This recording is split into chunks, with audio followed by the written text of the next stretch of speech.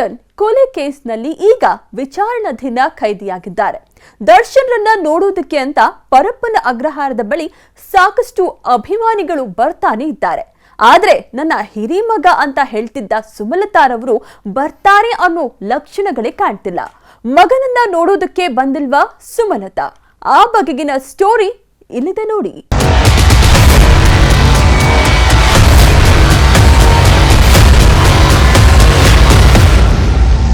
Darshan challenging star ಅಂತಲೇ ಕರೆಸಿಕೊಂಡಿರೋ ದರ್ಶನ್ಗೆ ರೇಣುಕಾಸ್ವಾಮಿ ಹತ್ಯೆ ಕೇಸ್ ತುಂಬಾನೇ ಚಾಲೆಂಜಿಂಗ್ ಆಗಿದೆ. ಆರೋಪಿಯಿಂದ ಅಪರಾಧಿಯಾಗ್ತಾರ, ಜೈಲ ಇಲ್ಲವೇ ಬೇಲ? ಇದೆಲ್ಲದಕ್ಕೂ ಉತ್ತರ ಇನ್ನಷ್ಟೇ ತಿಳಿಯಬೇಕಾಗಿದೆ. ಆದ್ರೆ ದರ್ಶನ್ ಜೈಲಿಗೆ ಹೋಗ್ತಿದ್ದಾಗೆ ಅವರ ಜೊತೆಗಿದ್ದವರಲ್ಲಿ ಎಲ್ಲೂ ಹೋದ್ರು ಅನ್ನುವಂತಹ ಪ್ರಶ್ನೆ ಎಲ್ಲ ಅಭಿಮಾನಿಗಳಲ್ಲೂ ಕೂಡ ಮೂಡಿತ್ತು. ದರ್ಶನ್ ಪೊಲೀಸ್ ಕಸ್ಟಡಿಯಲ್ಲಿದ್ದಾಗ ಅವರನ್ನ ಭೇಟಿ ಮಾಡಿದ್ದು ಪತ್ನಿ ವಿಜಯಲಕ್ಷ್ಮಿ ದರ್ಶನ್ ಬಿಟ್ರೆ ಮತ್ಯಾರು ಕೂಡ ಭೇಟಿ ಮಾಡೋದಕ್ಕೆ ಸಾಧ್ಯವಾಗಿರಲಿಲ್ಲ. ಆನಂತರ ನ್ಯಾಯಾಂಗ ಬಂಧನಕ್ಕೆ ಒಳಗಾದ ದರ್ಶನ್ ರನ್ನ ಆಪ್ತ ಗೆಳೆಯ ವಿನೋದ್ ಪ್ರಭಾಕರ್ ಭೇಟಿಯಾಗಿದ್ರು.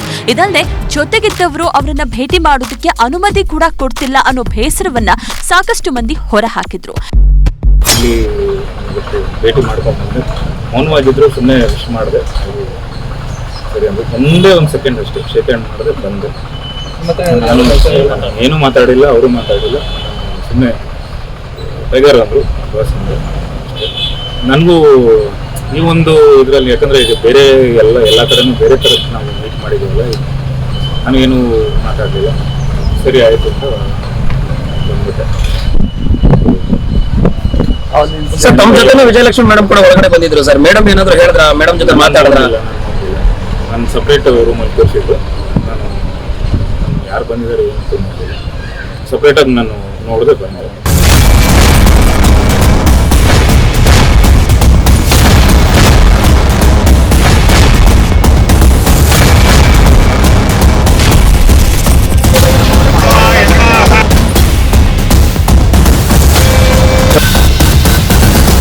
ಇನ್ನು ಈ ಸಂದರ್ಭದಲ್ಲಿ ಪತ್ನಿ ವಿಜಯಲಕ್ಷ್ಮಿ ದರ್ಶನ್ ಮಗ ವಿನೇಶ್ ಜೊತೆಗೆ ಹೋಗಿ ಭೇಟಿ ಮಾಡಿದ್ದು ಅಲ್ಲದೆ ಪರವಾಗಿ ನಿಂತು ಧೈರ್ಯವನ್ನ ತುಂಬಿ ಬಂದಿದ್ರು. ಅದಾದ ನಂತರದಲ್ಲಿ ಜೈಲಿನಲ್ಲಿದ್ದ ದರ್ಶನ್ ರವರ ಮನಸ್ಸು ನಿರಾಳವಾಗಿತ್ತು ಅಲ್ಲದೆ ಪುತ್ರ ವಿನೀಶ್ನನ್ನ ನೋಡಿ ತಬ್ಬಿ ಅತ್ತಿದ್ದರು ಅನ್ನೋ ಮಾತು ಕೂಡ ಕೇಳ್ಬಂತು. ಜೊತೆಗಿರೋ ಜನಗಳಿಂದಲೇ ದರ್ಶನ್ ಇವತ್ತಿನ ಈ ಪರಿಸ್ಥಿತಿಗೆ ಕಾರಣ ಅನ್ನೋ ಮಾತು ಕೂಡ ಎಲ್ಲೆಡೆ ಕೂಡ ಹರಿದಾಡ್ತಿದೆ. ಅಣ್ಣ, ಬಾಯ್, ದೊಡ್ಡ ಮಗ ಅಂತಿದ್ದವರೆಲ್ಲ ಈಗ ಎಲ್ಲಿ ಹೋದ್ರು ಅಂತಿದ್ದವರ ಕಣ್ಣು ಸುಮಲತಾ ಮೇಲೆ ಬಿದ್ದಿದೆ.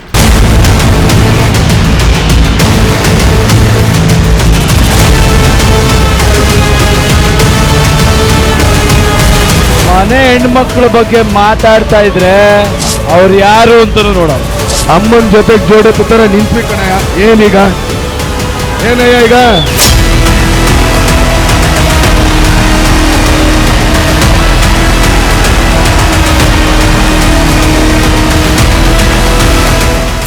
ದರ್ಶನ್ ಜೀವನದಲ್ಲಿ ಅಂಬರೀಶ್ ರೋಲ್ ಮಾಡೆಲ್ ಅಂತಲೇ ಹೇಳಬಹುದು. ಸಿನಿಮಾಗೆ ಬಂದಾಗ ರೆಬಲ್ ಸ್ಟಾರ್ ಜೊತೆಗೆ ಉತ್ತಮ ಒಡನಾಟವನ್ನ, ಬಾಂಧವ್ಯವನ್ನ ಹೊಂದಿದ್ರು. ಇದಿಷ್ಟೇ ಅಲ್ಲ, ರೆಬಲ್ ಸ್ಟಾರ್ ಅವರ ಜೊತೆಗೆ ಸೇರಿ ಬುಲ್ಬುಲ್, ಕುರುಕ್ಷೇತ್ರ ಸಿನಿಮಾ ಕೂಡ ಮಾಡಿದ್ರು ದರ್ಶನ್. ಜೂನಿಯರ್, ಸೀನಿಯರ್ ಅಂತಲೇ ಫೇಮಸ್ ಆಗಿತ್ತು ಇವರಿಬ್ಬರ ಜೋಡಿ. ತೂಗುದೀಪ ಶ್ರೀನಿವಾಸ್ ರವರನ್ನ ಬಿಟ್ರೆ ಅಂಬರೀಶ್ ರವರನ್ನ ದರ್ಶನ್ ತನ್ನ ತಂದೆಯ ಸ್ಥಾನದಲ್ಲಿ ನೋಡ್ತಿದ್ರು. ರೆಬಲ್ ಸ್ಟಾರ್ ಅಂಬರೀಶ್ ಇಲ್ಲವಾದ ಮೇಲೆ ಅವರ ಕುಟುಂಬಕ್ಕೆ ಮನೆ ಮಗನಾಗಿಯೇ ಹೋದ್ರು ದರ್ಶನ್. ಅಭಿಷೇಕ್ ಅಂಬರೀಶ್ಗೆ ಸೀನಿಯರ್ ಆದ್ರೆ ಸುಮಲತಾರವರಿಗೆ ಹಿರಿಯ ಮಗನಾದ್ರು. ಸುಮಲತಾ ಅಂಬರೀಶ್ ಮಂಡ್ಯದಲ್ಲಿ ಎಲೆಕ್ಷನ್ಗೆ ನಿಂತಾಗ ಖುದ್ದು ತಾವೇ ಅಖಾಡಕ್ಕಿಳಿದ್ರು. 10 ದಿನಗಳ ಕಾಲ ಅಮ್ಮನ ಪರ ನಿಂತು ಮಂಡ್ಯದಲ್ಲಿ ಮತಯಾಚಿಸಿದ್ರು.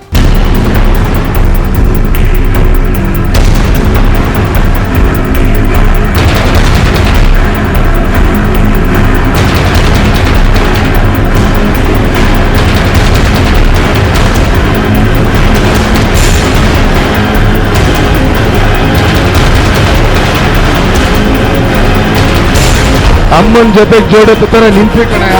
ಏನೀಗ? ದರ್ಶನ್ ರವರ ಮಾತನ್ನ ಶಿರಸಾವಹಿಸಿ ಪಾಲಿಸಿದ ದರ್ಶನ್ ಅಭಿಮಾನಿಗಳು ಸುಮಲತಾರವರನ್ನ ಲೋಕಸಭೆಯ ಎಲೆಕ್ಷನ್ನಲ್ಲಿ ಸ್ವತಂತ್ರ ಅಭ್ಯರ್ಥಿಯನ್ನಾಗಿ ಗೆಲ್ಲಿಸಿದ್ರು.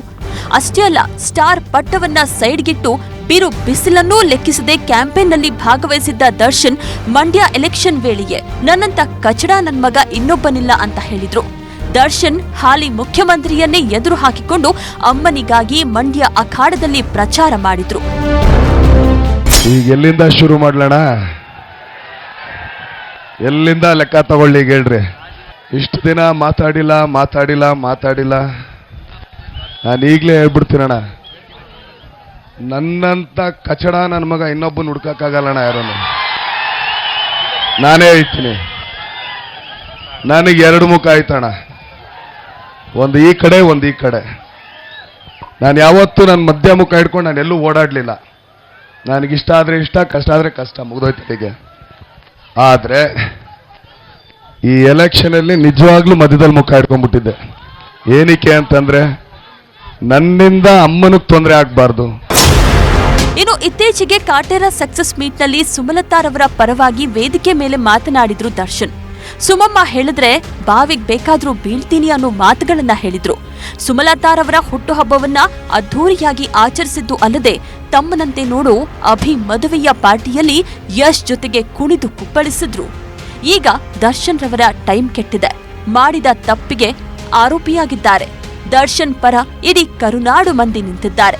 ದರ್ಶನ್ ಏನೇ ಮಾಡಿದ್ರು ನಾವು ಅವರ ಪರವಾಗಿ ನಿಲ್ತೀನಿ ಅಂತಿದ್ದಾರೆ. ಈ ನಡುವೆ ನಟಿ ಭಾವನಾ ರಾಮಣ್ಣ ಕೂಡ ದರ್ಶನ್ ಅಪರಾಧಿಯಾದ್ರೂ ಆರೋಪಿಯಾದ್ರೂ ಅವರ ಪರವಾಗಿ ನಾನು ಇರ್ತೀನಿ ಅಂದಿದ್ದಾರೆ.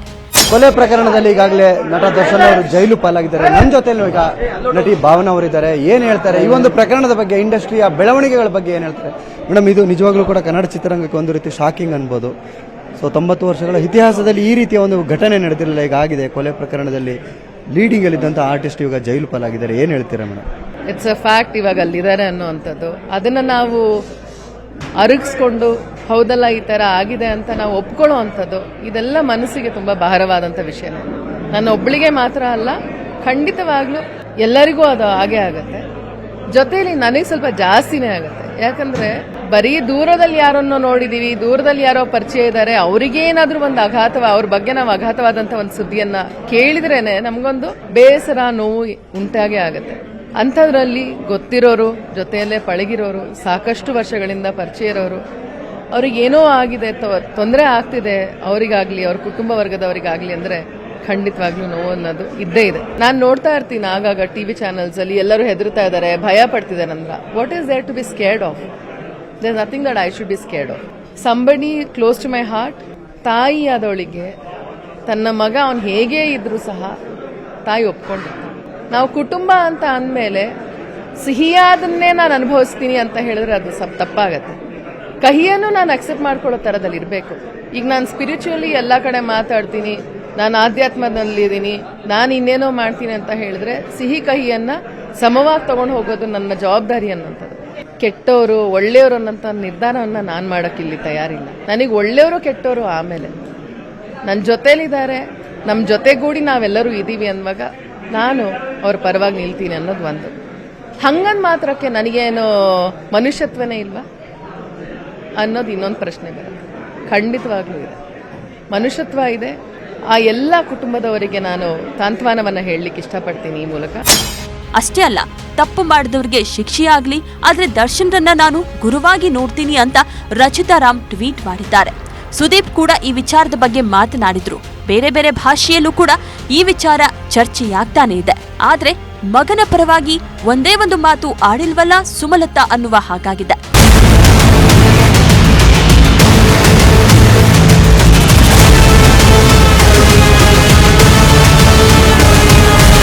ಅಮ್ಮನ ಜೊತೆಗೆ ಜೋಡೆತ್ತ ತರ ನಿಂತ್ವಿ ಕಣಯ್ಯ. ಏನೀಗ ಏನಯ್ಯ ಈಗ ಏನಕ್ಕೆ ಎದುರ್ಕೋಬೇಕಣ? ಕಳ್ತನ ಮಾಡಿದೀವ, ದರೋಡೆ ಮಾಡಿದೀವ, ಇಲ್ಲ ರೇಪ್ ಮಾಡಿದೀವ, ಮರ್ಡರ್ ಮಾಡಿದೀವ? ಅಮ್ಮ ನಿಂತವ್ರೆ ನಾವು ಪಕ್ಕಕ್ಕೆ ಬಂದು ನಿಂತ್ಕೊಂಡಿವಿ, ತಪ್ಪೇನು? ಅದಕ್ಕೆಲ್ಲ ತೆಗೆದ್ರು. ಹೌದು, ತಗಿಲಿ ಬಿಡ್ರಿ. ಏನ್ ಯಾರ ಮನೇಲಿ ನಡೀದೇ ಇರೋದಾ? ನಿಮ್ಮ ಮನೇಲಿ ಯಾರ ಮನೇಲೂ ನಡೆದಿಲ್ಲೋಣ ಗಲಾಟೆಗಳು? ಹಾ,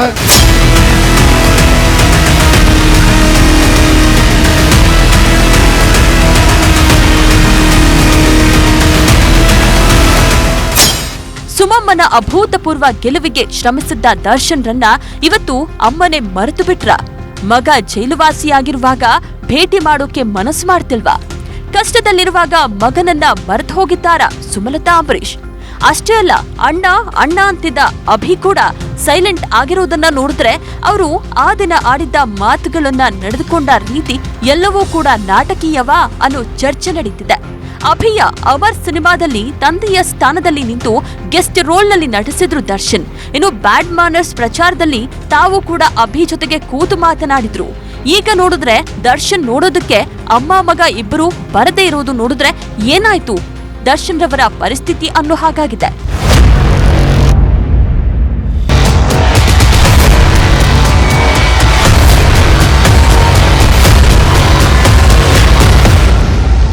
ದರ್ಶನ್ ಜೈಲಿನಲ್ಲಿ ಇರುವಾಗ ಅವರ ಪರವಾಗಿ ವಿಜಯಲಕ್ಷ್ಮಿಯವರನ್ನ ಬಿಟ್ರೆ ಮತ್ಯಾರು ಕೂಡ ತಲೆ ಕೆಡಿಸಿಕೊಂಡಿರೋ ಹಾಗೆ ಕಾಣಿಸ್ತಿಲ್ಲ.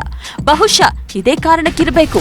ಕೆಟ್ಟ ಸಮಯದಲ್ಲಿ ಆಗಬಾರದ್ದು ಆಗೋಗಿದೆ, ತಾಳ್ಮೆಯನ್ನ ಕಳೆದುಕೊಳ್ಬೇಡಿ ಅನ್ನೋ ಮಾತಿನ ಜೊತೆಗೆ ಸತ್ಯಮೇವ ಜಯತೆ ಅಂತ ವಿಜಯಲಕ್ಷ್ಮಿ ಗಂಡನ ಪರವಾಗಿ ನಿಂತಿರೋದು.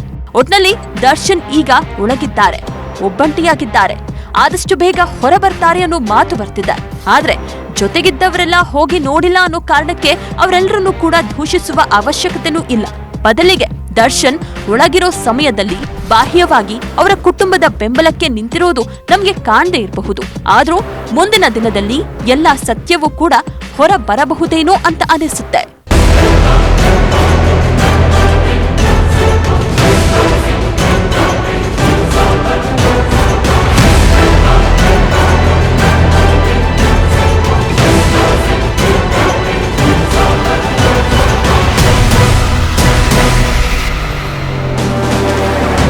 ಕನ್ನಡಿಗರ ನೆಚ್ಚಿನ ನ್ಯೂಸ್ 18 ಕನ್ನಡ ಈಗ ವಾಟ್ಸ್ಆಪ್ನಲ್ಲೂ ಲಭ್ಯ. ಕರ್ನಾಟಕ, ದೇಶ ವಿದೇಶಗಳ 360 ಡಿಗ್ರಿ ಸುದ್ದಿಯ ವಿವರಗಳನ್ನ ನಿಮ್ಮ ಕೈ ಬೆರಳುಗಳಲ್ಲೇ ಪಡಿಲಿಕ್ಕೆ ಈ QR ಕೋಡ್ ಅನ್ನ ಸ್ಕ್ಯಾನ್ ಮಾಡಿ, ನಮ್ಮ ಚಾನಲ್ ಫಾಲೋ ಮಾಡಿ, ನೋಟಿಫಿಕೇಶನ್ ಆನ್ ಮಾಡಿ.